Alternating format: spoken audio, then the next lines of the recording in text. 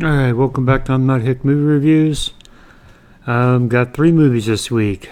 First up is Star Trek Beyond, which of course is the big movie for this weekend. And it's a pretty fun movie. I enjoyed the heck out of it. Definitely a lot better than the last Star Trek movie. This actually tells an original story, which is kind of what I was hoping for. Introduces some interesting concepts. Yeah, like I said, I highly recommend Star Trek Beyond. If you're into Star Trek, especially like the original series or Next Generation, I think you'll enjoy it. And it's not too limiting for new reviewers as well. Yeah, I give that movie an A. Go out and see it in theaters. It's worth it. It's a really good time in the theaters. Second movie we're going to talk about is Ice Age Collision Course. This movie sucks. Flat out, there's no way around it. The only funny parts of the movie were the parts with Scratch and his stupid acorn. I did enjoy those parts of the movie. And almost everything else, I mean, there was a few laughs here and there, mostly chuckles. But quite frankly, I felt like my brain was falling out of my ears by the end of it. Did not enjoy the movie in any way at all. Please don't go see it.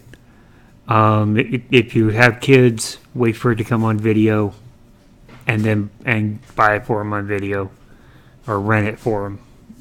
Probably the best way to go. This entire theme is pretty much done. It feels like they're running it into the ground the way they did the Land Before Time movies. Only the Land Before Time movies started off on a much higher note than the Ice Age movies. So yeah, just like I said, this is a rental if I ever saw one.